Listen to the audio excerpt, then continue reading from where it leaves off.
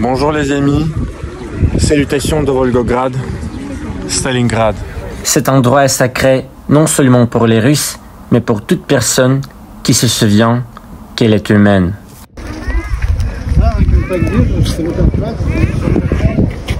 Je dis toujours que les rêves sont faits pour être vécus. Sinon, ils n'ont pas d'intérêt.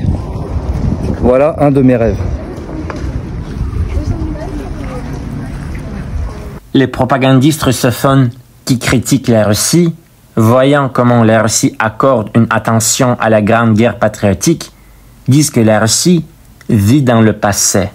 En tant que personne qui a visité les 11 fuseaux horaires de la Russie et continue de parcourir les villes et les villages russes, je vois que la Russie ne vit pas seulement dans le passé.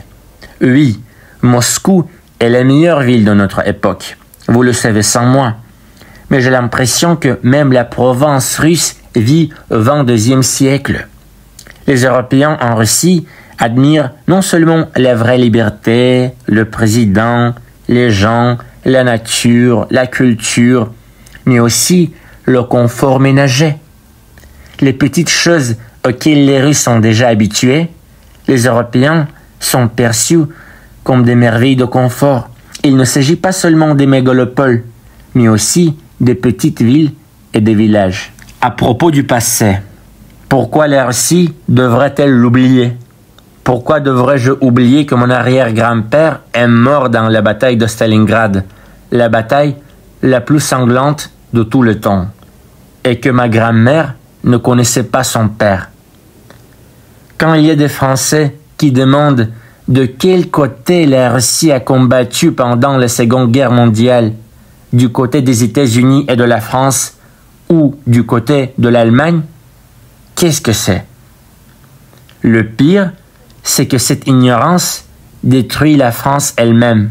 La France d'aujourd'hui est une marionnette des États-Unis.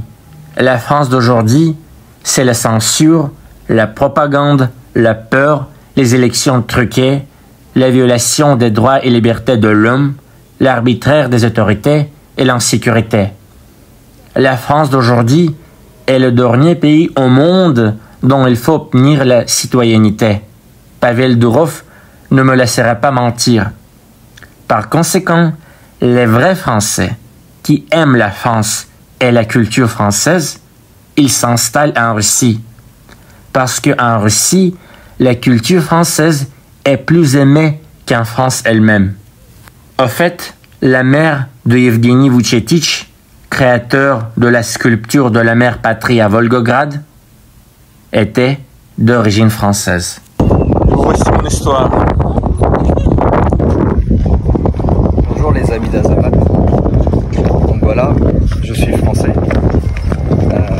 Je connais l'histoire de France, une partie de l'histoire de la Russie.